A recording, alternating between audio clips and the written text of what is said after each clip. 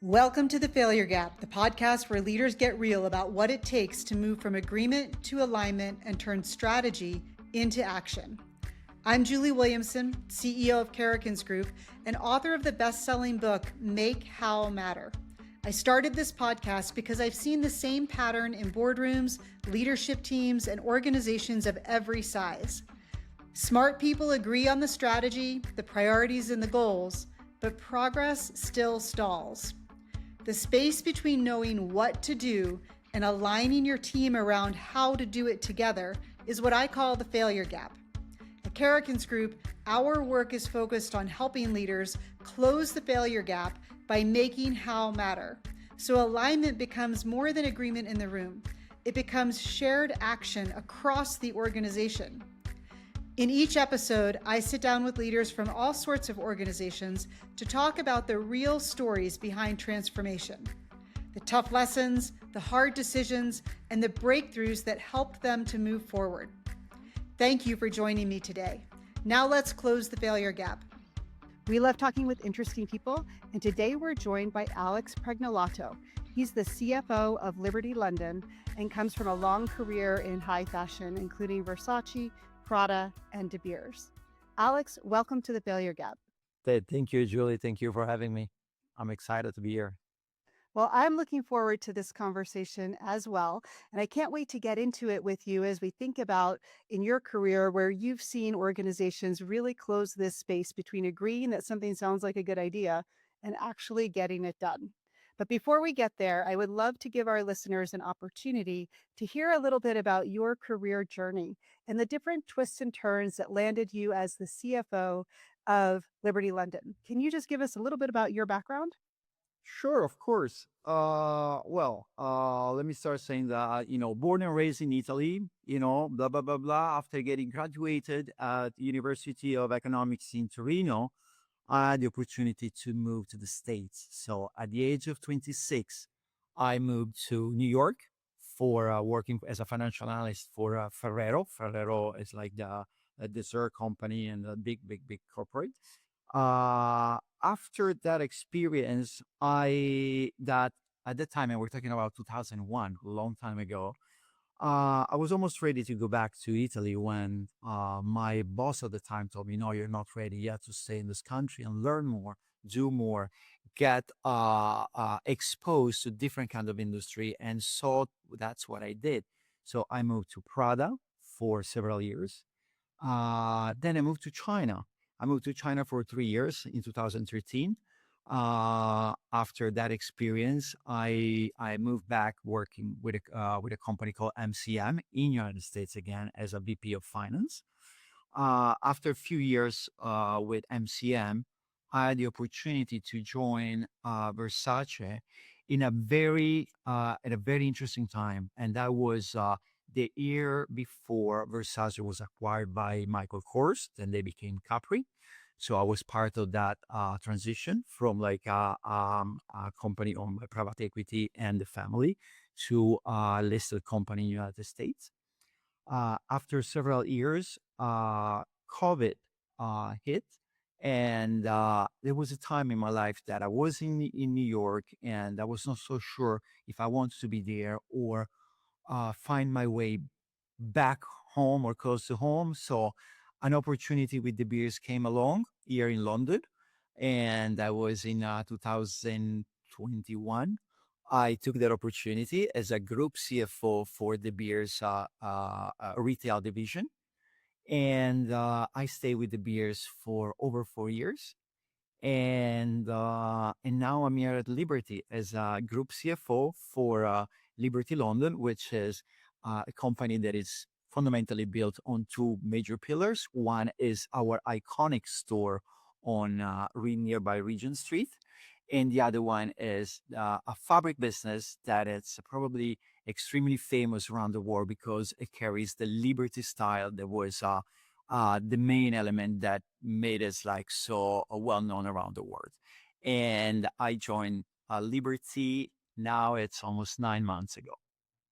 Yeah, it's been quite the career. And one of the things, Alex, that I really love about your background is that you said yes to a lot of things. early in your career.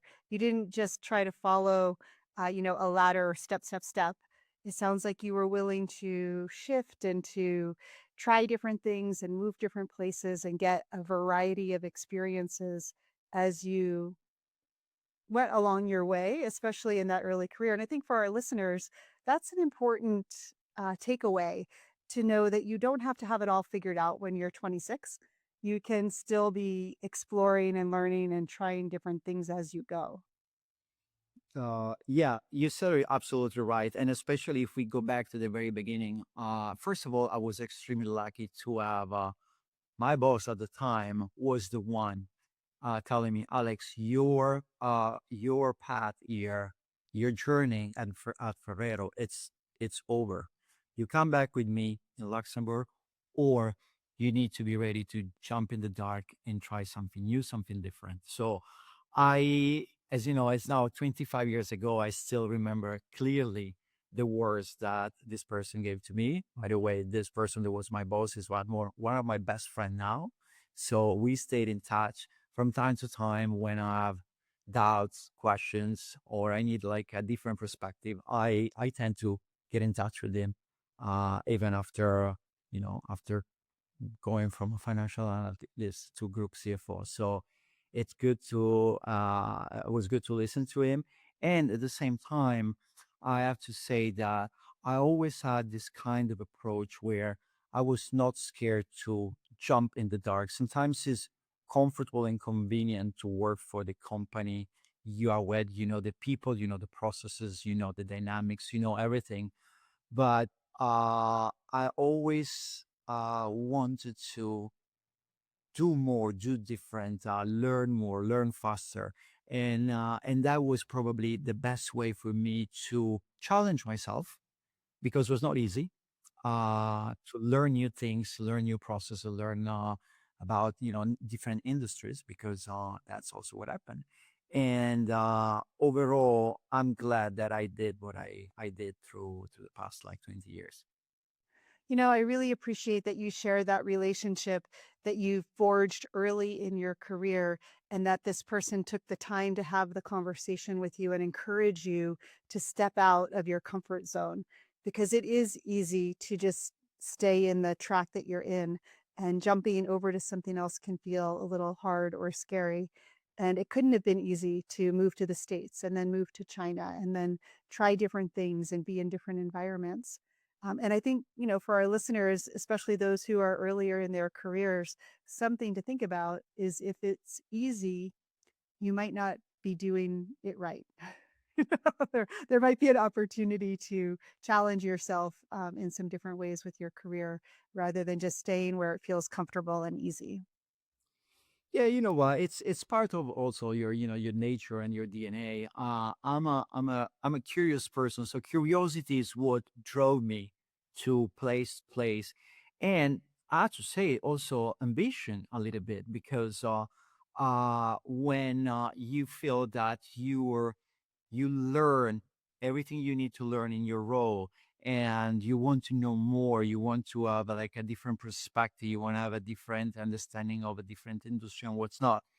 The best way is just to just to do it, jump and just try. I mean, at the end of the day, probably the fact that I my career started in the United States where the job market is extremely dynamic.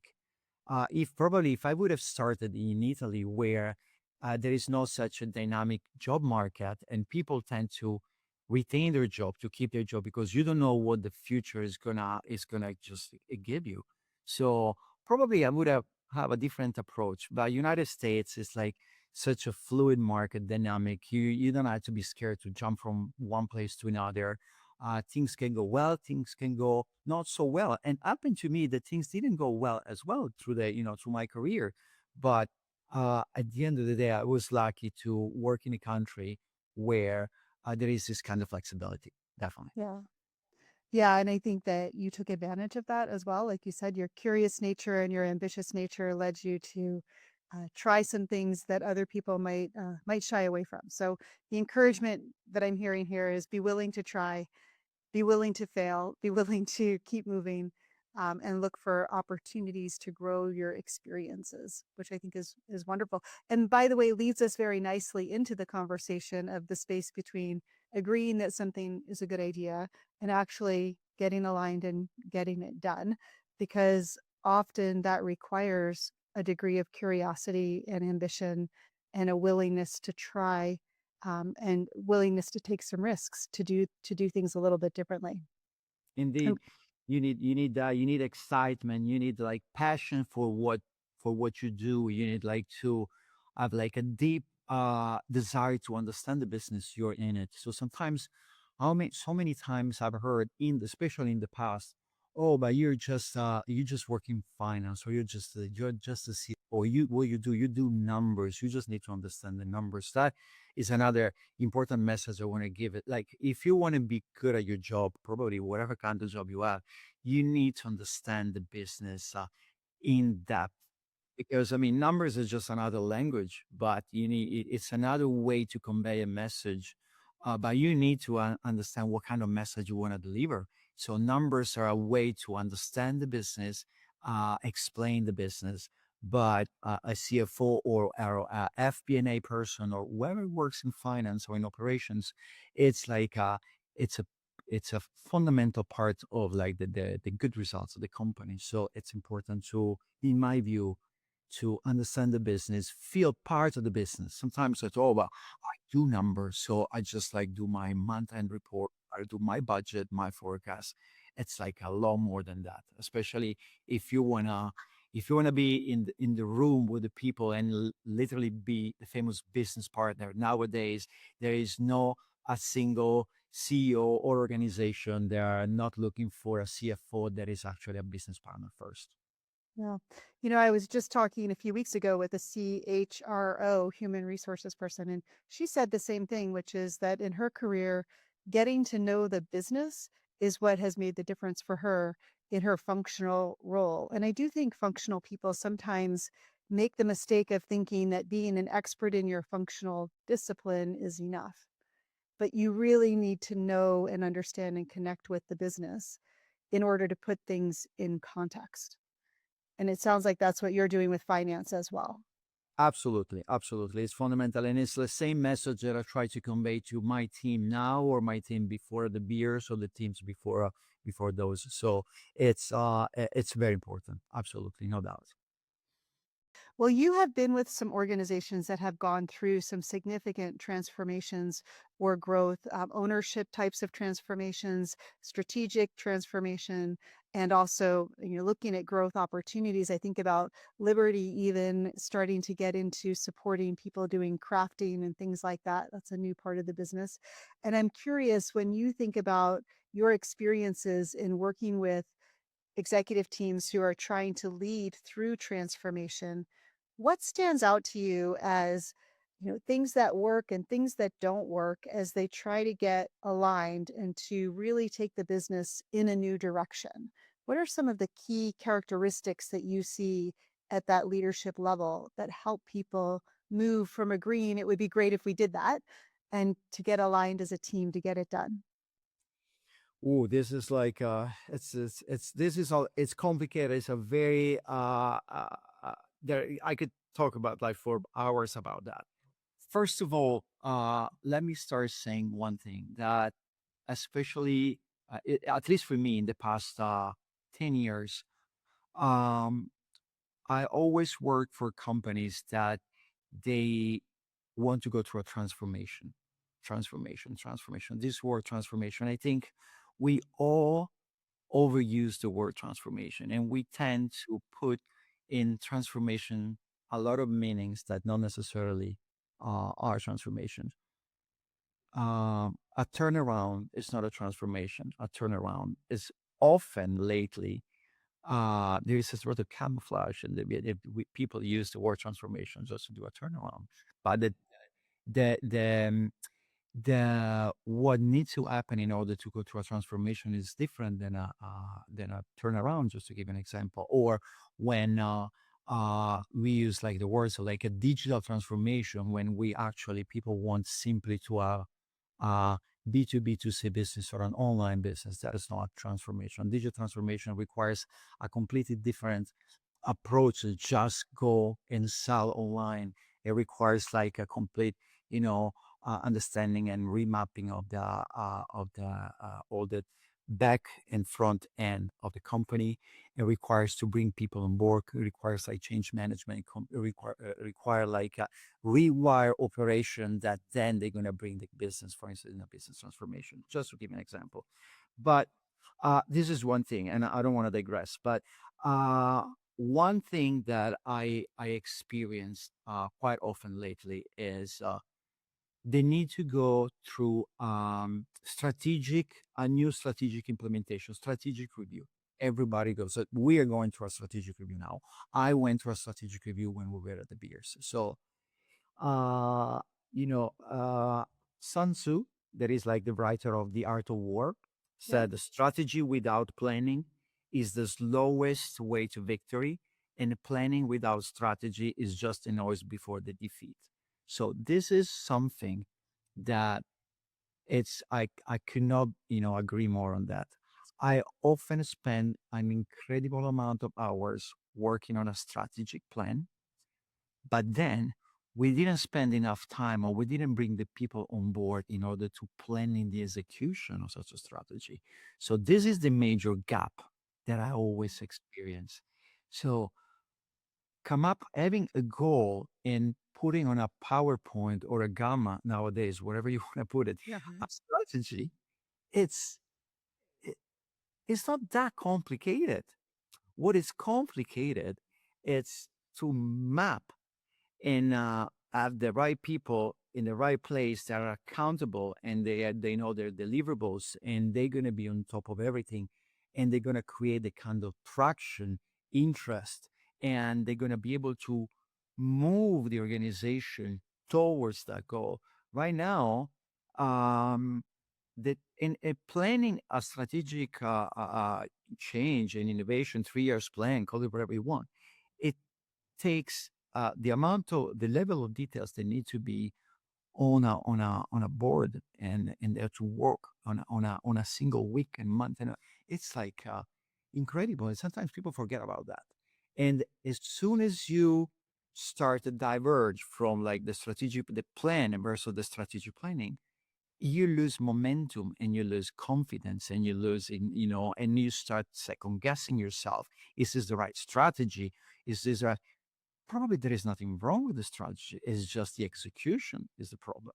So that's what I experienced in the past. That is what uh, nowadays I try to have way more attention and have my team and the rest of the organization focus on delivering the strategy step by step. Sometimes when you look at a strategy, it's like it might be 3 years plan with so many different deliverables that it might be overwhelming. So you have to be able to break down the strategy in small actions, have like some outcomes, measure those, and make sure that you support the team in that direction. So that's the way I see it. We always say at Kerrigan's Group that small things done consistently over time change the world. And I think what I'm hearing you say because big strategies do require a lot of steps along the way. And you have to do those small things consistently in order to see if they work or not. I think people sometimes give up too soon and they think, oh, well, we need to redo the strategy. But what I'm hearing you say, and it maps with my experience, is sometimes you just have to keep doing things long enough for it to take hold and to be able to start to see the change. Yes, that's exactly the case. And the role of the CFO or the leadership team in this case, I think, is just to keep the focus because at the end of the day, the leadership team it might come out with a strategy, with a vision, but at the end of the day, we need the rest of the team to be hands on deck and make sure they are like empowered and accountable and motivated. So we have to motivate. We leadership team, we need to support the rest of the organization in delivering the vision. and of course being able to listen to the same very people that they are working in delivering the vision, because sometimes they are, close to the issues. They can see some opportunities, they can see some roadblocks. So it's a job that needs to be done all together. But at the end of the day, this is, in my view, is the perfect time to give the right amount of responsibilities to the people that reports to me, or reports, to the leadership team, that to see if they're gonna stand up and they're gonna be able to deliver what the vision is asking. You're a CFO, so you see all the numbers and you work with your business partners who are out there, trying to make the sales and make the revenue and make the cost adjustments and so forth. One of the things that happens in a 3-year strategy is sometimes things go a little down before they go up. And that is often the moment when there's people revert back to how they used to do things instead of continuing forward towards the strategic plan. And I'm curious, especially when you're working with a publicly held company or a PE held company where there are investors who have expectations, how do you work with the leadership team to help them to have the fortitude or the courage to continue forward through those moments where it isn't so easy because things, when you're in a retooling, and you talked about a turnaround or, implementation of new technology, sometimes the numbers don't get hit because you're doing a lot of work to get to where you want to be in 3 years.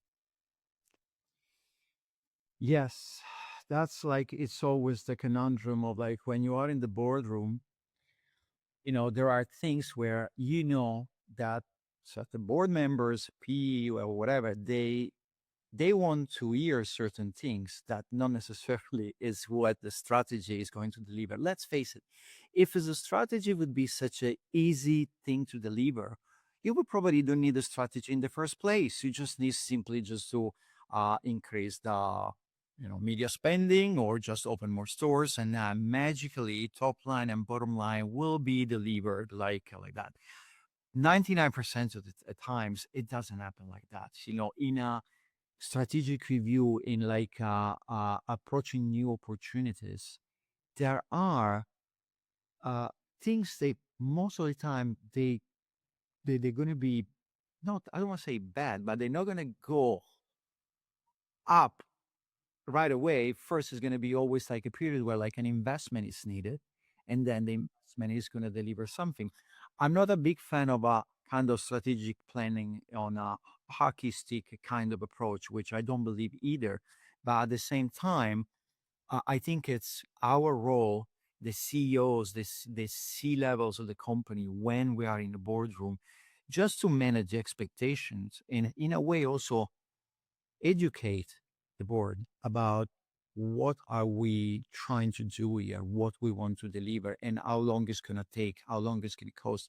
If we're simply going to try to please people in a room just for the sake of like you know uh presenting a plan, but then seeing right away that it's not going to be it's going to be a problem in delivering it, I don't think it's fair for the company, for us, for anyone. So every time I find myself in a boardroom and I have to present a plan, I honestly, you have to be honest and truthful to what you believe you can deliver. And um, I don't want to, it's also a matter of credibility. If I present something that I don't believe in, just for the sake not to feel the pressure of like a certain part of the organization, sooner or later I'm going to fail.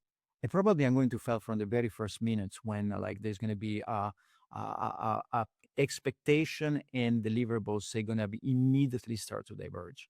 So I don't see the point. So I really spend a lot of time trying to explain in an extremely simple way, because sometimes people, member of the boards or other or private equity, they are like focused on many other different businesses. So I always start from the point that they don't necessarily know everything in details about the business we're running. So simple, honest, truthful, and I had to believe in what I saw.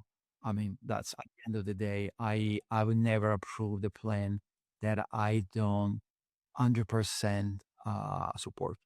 That's my approach.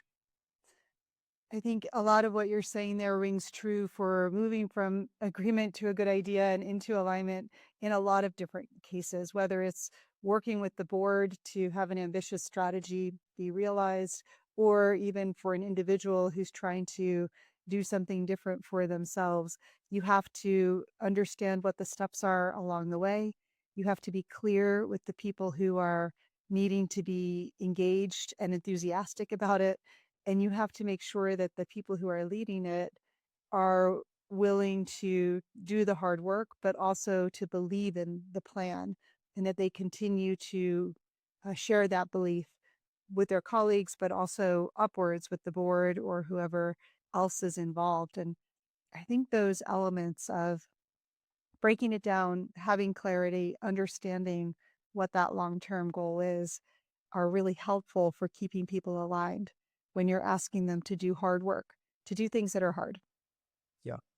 And let's be also honest and clear here. Like most of the time, there is no such a strategy that will be delivered according to the original plan. So we need to be ready uh to evolve, to change, to mitigate, to improve, to change if there is a mistake. And no strategy can be perfect. Maybe there are mistakes in the strategy. So, and sometimes you can only learn about those the moment you are really trying to implement some of these changes. So, there is nothing wrong in making mistakes, in my opinion. What it's wrong is just to uh, get stuck in wanting to deliver an original plan and not be open and flexible eventually to apply some changes. So I this is another important lesson that I've learned, and I try to pass on my team as well. I mean, if we make a mistake, that's fine. Let's try to go through the mistake as fast as we can, and let's start all over again, or just let's pivot, or let's just apply the necessary changes in order to succeed. And sometimes not even a mistake, but the world changes fast. I mean, I think about the people who made 3 to 5 year strategy investments in 2023, 2024, and now they're dealing with the implications of AI and how that is changing their consumers, their suppliers, their distribution, everything about how they run their business. And so they have to adjust as they learn and as the world shifts. And Absolutely. yeah. Absolutely. It's very true. Think about just to give you one example. When I was at Versace in 2018, we wanted to open probably between 25 to 30 stores in United States only. COVID hit. So what? You had to change completely the plan. We had to go into the online business massively, and we had to change our sales approach completely. And that's what we did. So the plan probably was like successful in the first place, but then external factors, as you said, might change the vision and the approach to the business, and that's what we did. And being adaptable, I think, is key for any leadership team that's trying to do big things with their organization. Is that it doesn't mean that you were necessarily wrong in 2018. It means that as a leadership team, you have to be able to come together and shift when conditions, something that dramatic happens. Absolutely, and in general, uh, we need to be humble as a human being and as a leaders because uh, the fact that lead a team and organization doesn't mean that we're always right. I always, you know, question myself. I say if this is the right decision or if that's the right time to put in place some new strategy or what's not. So I tend to uh, over scrutinize myself just to make sure that what I do is correct. And sometimes it is, sometimes it's not. It's human. It's absolutely human. Yeah. Let's not forget that we're all human, right? Absolutely. Yeah. I'm curious about AI in your world right now. Is there anything happening there? Like a lot of companies are saying, well, we need to do more with AI. Easy to agree and say, yep, we should.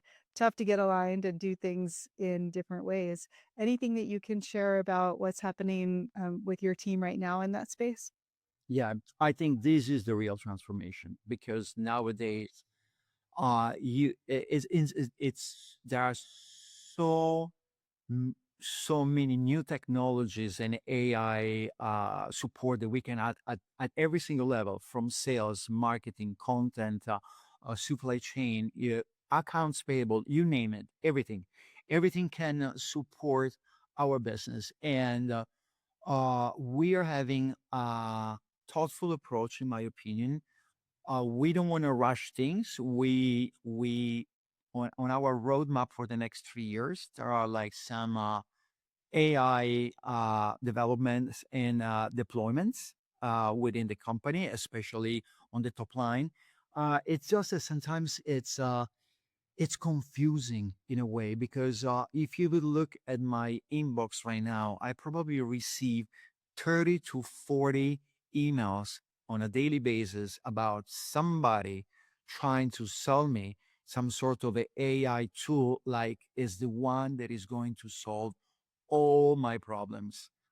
I have no doubts that out of those 30, 40 per day, like Soil are talking about, a lot, to like almost 200 a week, there is some they're good and some others people are not so good. So we we don't want to rush things. We know where we need AI the most, and we're doing so, especially to improve our content, some operations from AP to AR.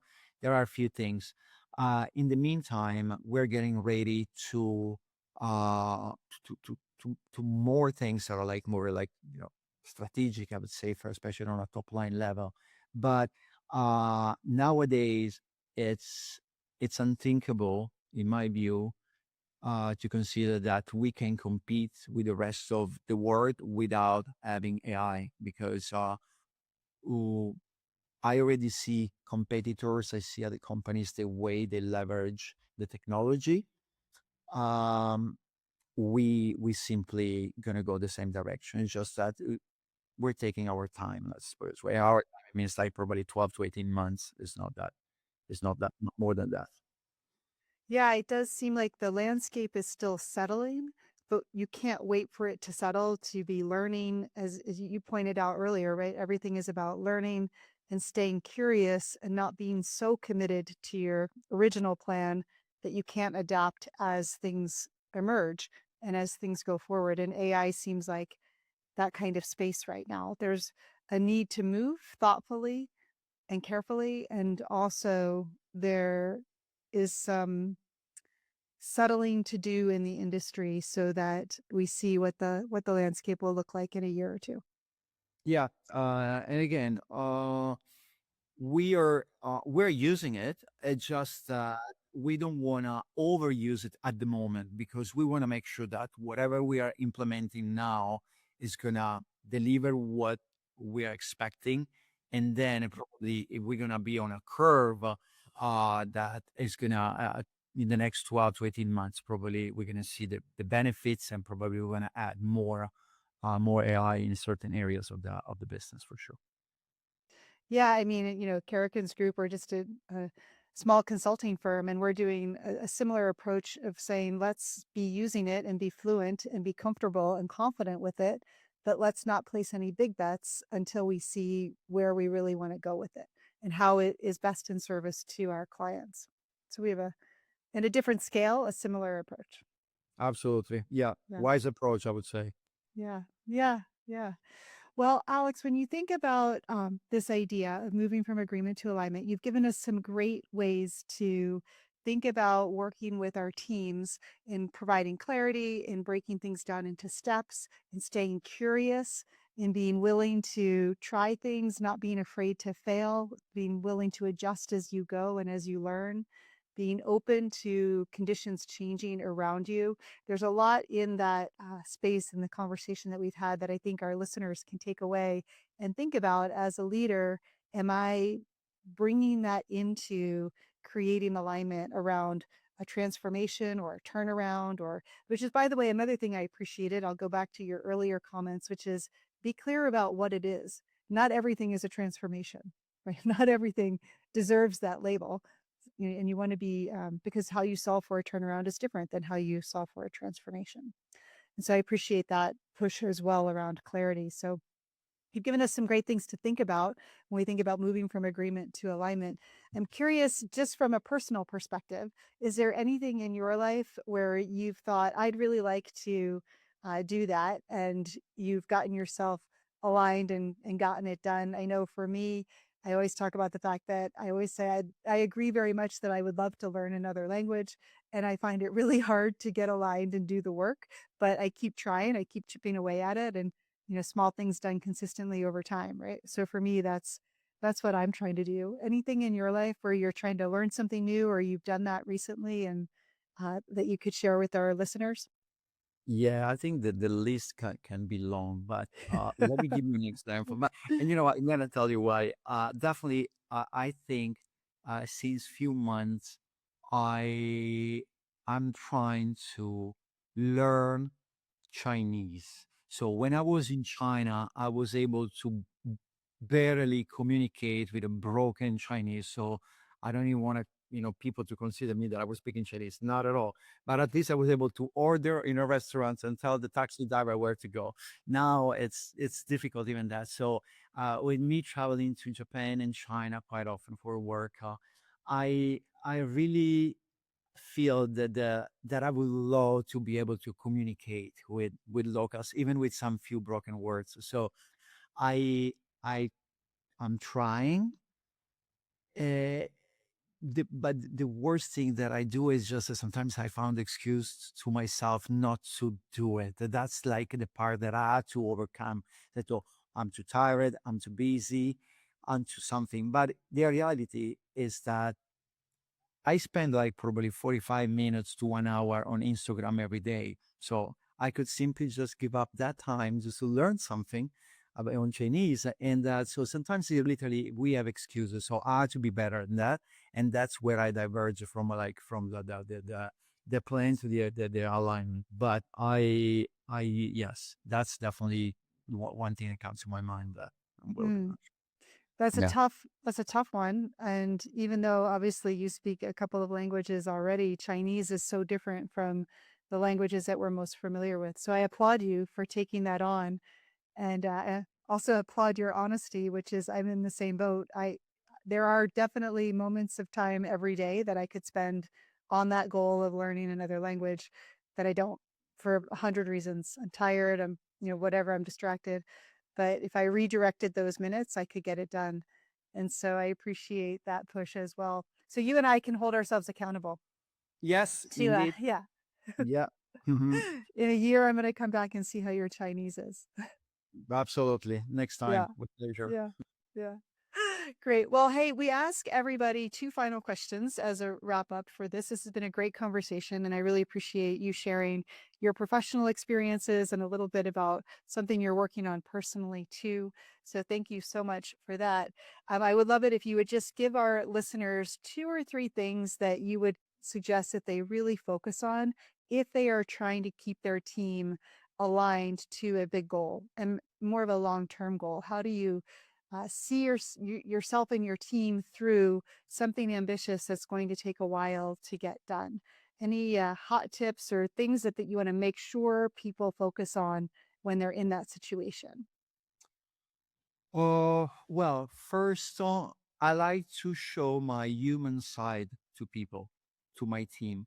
I like to, when we have touch bases, when we talk, there's nothing wrong in just show that like a little bit of emotions, if you're happy, if you're sad, and ask about how they're doing at work, how they're, if they're everything they create any concern, any problem. So it being at work like 8, 10 hours every day with the same people and not and just focus on work and ask about numbers and statistics and number things like that is not gonna uh help to create a kind of relationship with your team that has to be done at human level. So you need to show your human side, and you need to just to talk and make sure that they are well, they are like in a good place, they don't feel they're overworking, they are like whatever.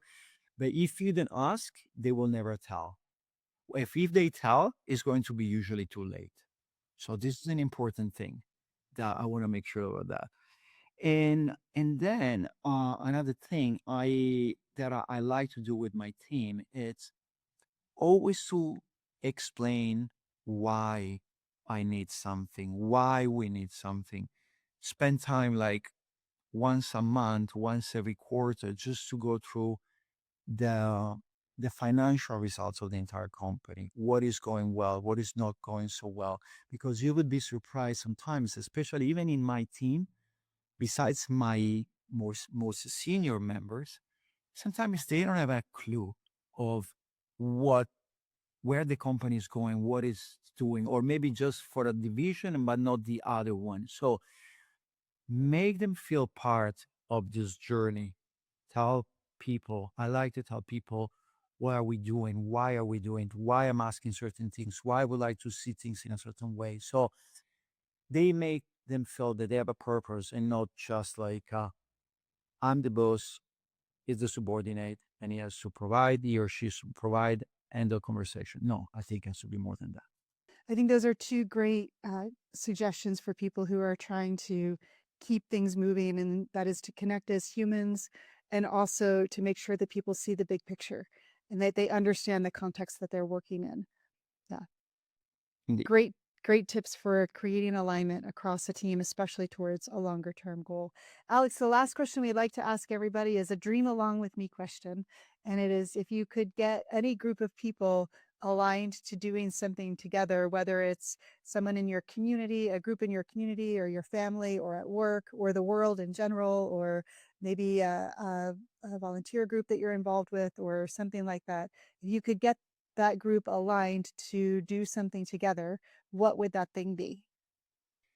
Well, I would love to see the streets and the walls of every cities around the world that are nice and clean. There is no more plastic, no more rubbish, no more like we walk in a nice and clean environment because it means that everybody is respectful of the environment, we are respectful of each other, and we like to live in a clean and a neat environment. You know what? I love that so much because I totally agree with it. And also, it's something listeners out there, every one of us can contribute to making sure that we're cleaning up after ourselves and picking up the trash and keeping things, so that we can have pride in our environment, that we are in a space that we feel good about. So, thank you for that push. I would love to see people get aligned to deliver on that together.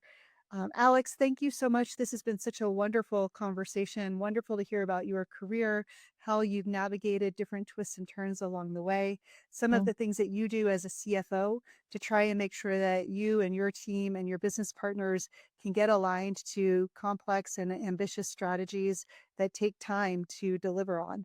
And the idea of creating things that can be managed in smaller pieces, that you can see progress along the way, that there's clarity around the goal and the plan, and that there is a sense of curiosity that allows for adaptability and adjustment as you go forward and as you learn new things or as the world changes, and that you build that adaptability into the team are all, I think, really wonderful indicators of a team that can get aligned to deliver together rather than just agreeing that something's a good idea and hoping that somebody goes and does it.